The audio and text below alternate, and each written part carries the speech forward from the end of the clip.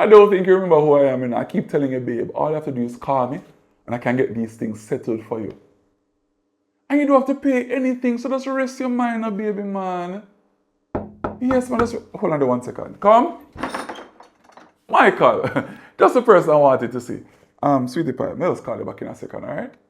Yes, ma'am. Mm-hmm. Thank you so much for your time, Minister. Now, I think I have some information here that will be crucial for your visit tomorrow. Well, let me hear what you have now. Okay, first things first. I strongly believe that you did not make enough promises on your last visit. But Michael, I'm almost certain that when we went there last year, that we promised them 2 things, that we would fix the roads and that we would give them water. Yeah, but those are like the normal promises that we make that we're not going to fulfill.